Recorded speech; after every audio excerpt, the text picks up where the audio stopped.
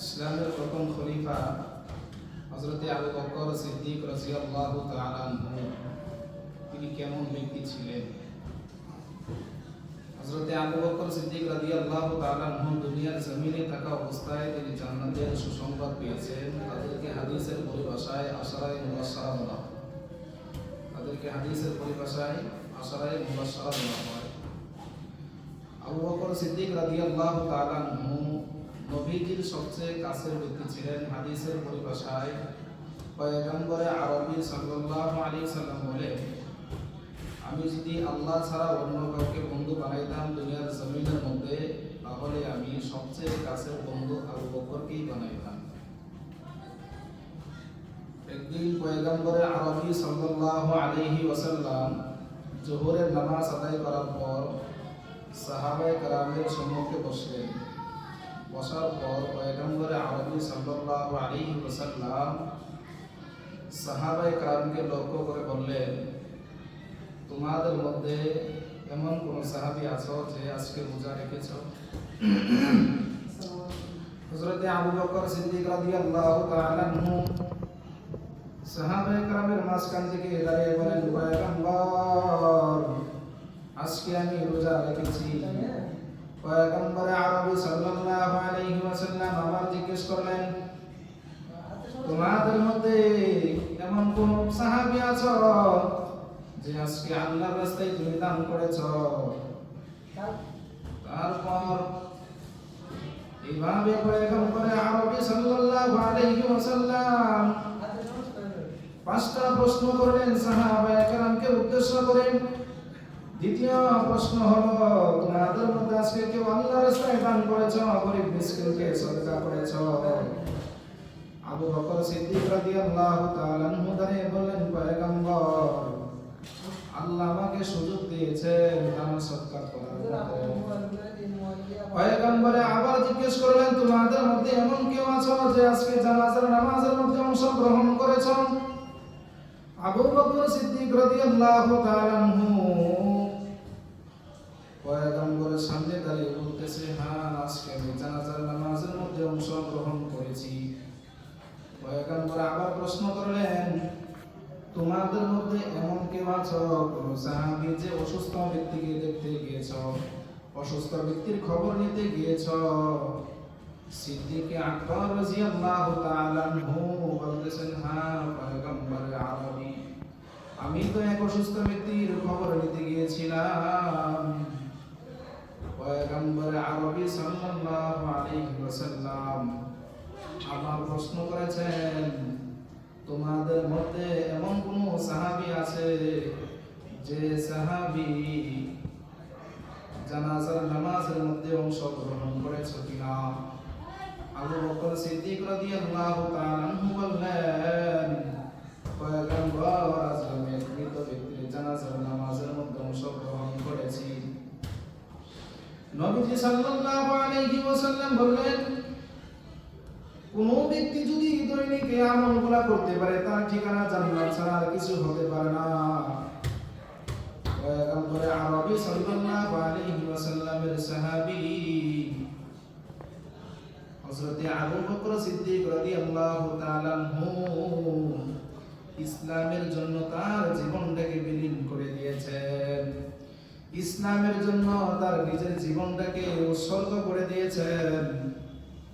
যার ইতিহাস সাক্ষী, ইসলামের শুরু জামানায় তিনি ইসলামের জন্য 40,000 দিরহাম মতান্তরে দিনার দান করেছেন। কেন দান করেছেন? কুরাইশদের পক্ষ থেকে যে সমস্ত দাস দাসী ইসলাম গ্রহণ করার কারণে যারা নির্যাতন সইতে হয়েছে তাদেরকে মুক্ত করার জন্য পয়গম্বরে আরবি সাল্লাল্লাহু আলাইহি ওয়াসাল্লাম বলেন, আমাকে যারা অনুগ্রহ করেছে, সাহায্য করেছে, সকলের প্রতিদান আমি দিতে সক্ষম হয়েছি, সকলের প্রতিদান আমি দিয়ে দিয়েছি, কিন্তু আমার বন্ধু আবু বকরের প্রতিদান আমি দিতে অক্ষম। আল্লাহ সুবহানাহু ওয়া তাআলা তার প্রতিদান হাসরের ময়দানে দিয়ে দিবেন। যে সমস্ত দাস দাসী ইসলামের সুজামার মধ্যে মুসলমান হওয়ার কারণে ঈমানের দৌলত হাসিল করার কারণে কাফের বেঈমান না যে পরিমাণ কষ্ট দিত তাদেরকে মুক্ত করার জন্য তিনি আবু বকর সিদ্দিক রাদিয়াল্লাহু তাআলা আনহু সমস্ত সম্পদ আল্লাহর রাস্তায় দান করে দিয়েছেন। তাহলে হাফসি রাদিয়াল্লাহু তাআলা আনহু বেলালে হাফসি তিনি গোলাম ছিলেন, কালো বর্ণের ছিলেন। হাফসার মানুষগুলা অত্যন্ত কালো হয়ে থাকে। বেলালের মনি ছিল উমাইয়া ইবনে খালফ। উমাইয়ার কাছ থেকে হযরত বেলালকে আবু বকর সিদ্দিক রাদিয়াল্লাহু তাআলা আনহু 5 উকিয়া স্বর্ণের বিনিময়ে আযাদ করেছিলেন। আবু বকর সিদ্দিক রাদিয়াল্লাহু তাআলা আনহু যখন মসজিদে নববীতে যাইতেন, উমাইয়ার গোলাম বেলালে হাফসি রাদিয়াল্লাহু তাআলা আনহু মুসলমান হওয়ার কারণে এত কষ্ট নির্যাতন দিতেন এটা বলার বাহিরে। আবু বকর সিদ্দিক রাদিয়াল্লাহু তাআলা আনহু বলেন, আমি যখন মসজিদে নববীতে নামাজ আদায় করার জন্য যাইতাম, তপ্ত বালুর মধ্যে বেলাল রাদিয়াল্লাহু তাআলা আনহুকে উলঙ্গ করে কাপড় খুলে প্রচন্ড গরম বালুর মধ্যে বেলাল রাদিয়াল্লাহু তাআলা আনহুকে শুয়ায়া রাখতেন। বেলালে হাফসি বুকের উপরে পাথর দিয়ে চাপা রাখতেন। বেলালে হাফসি রাদিয়াল্লাহু তাআলা আনহু আহাদ আহাদ করে চিৎকার করতেন। সিদ্দিক আকবর রাদিয়াল্লাহু তাআলা আনহু বেলালকে উদ্দেশ্য করে বললেন, বেলাল তুমি আহাদ শব্দটা আস্তে আস্তে বলো, যাতে করে উমাইয়া তোমার শাস্তিটাকে লঘু করে দেয়, কমায়া দেয়। বেলাল হাফসি রাদিয়াল্লাহু তাআলা আনহু বলেন, ভাই আমার আবু বকর, আমি আহাদ শব্দের মধ্যে এত মজা পাই, দুনিয়ার কোন শব্দের মধ্যে আমি এত মজা পাই না। সেই বেলাল হাফসি রাদিয়াল্লাহু তাআলা আনহু ইসলাম যতদিন আছে, যত মানব জাতি আসবে, ততদিন বেলাল হাফসি রাদিয়াল্লাহু তাআলা আনহুর কথাটাও স্মরণ থাকবে, ইতিহাসে সোনালী অক্ষরে লেখা থাকবে। দুনিয়ায় মুআজ্জিন কা তেরা নাম রহেগা, দুনিয়ায় মুআজ্জিন কা তেরা নাম রহেগা, বেলাল তেরে নাম সে ইসলাম রহেগা, বেলাল তেরে নাम से इस्लाम रहेगा। हज़रत अबू बकर सिद्दीक রাদিয়াল্লাহু তাআলা আনহু খেলাফতের দায়িত্ব পাওয়ার পর কত বড় দায়িত্ব, পয়গম্বর আরবি সাল্লাল্লাহু আলাইহি ওয়াসাল্লামের ইন্তেকালের পর খুলাফায়ে রাশিদিনদের মধ্য থেকে সিদ্দিক আকবর রাদিয়াল্লাহু তাআলা আনহু হলেন প্রথম খলিফা। খেলাফতের দায়িত্ব পাওয়ার পর সিদ্দিক আকবর রাদিয়াল্লাহু তাআলা আনহু একদিন তিনি ব্যবসার কাজের জন্য বের হয়েছেন। পথের মধ্যে হযরতে উমর ফারুক রাদিয়াল্লাহু তাআলা আনহুর সাথে সাক্ষাৎ। খলিফাতুল মুসলিমিন হযরতে উমর জিজ্ঞেস করলেন, ভাই আবু বকর কোথায় যাও?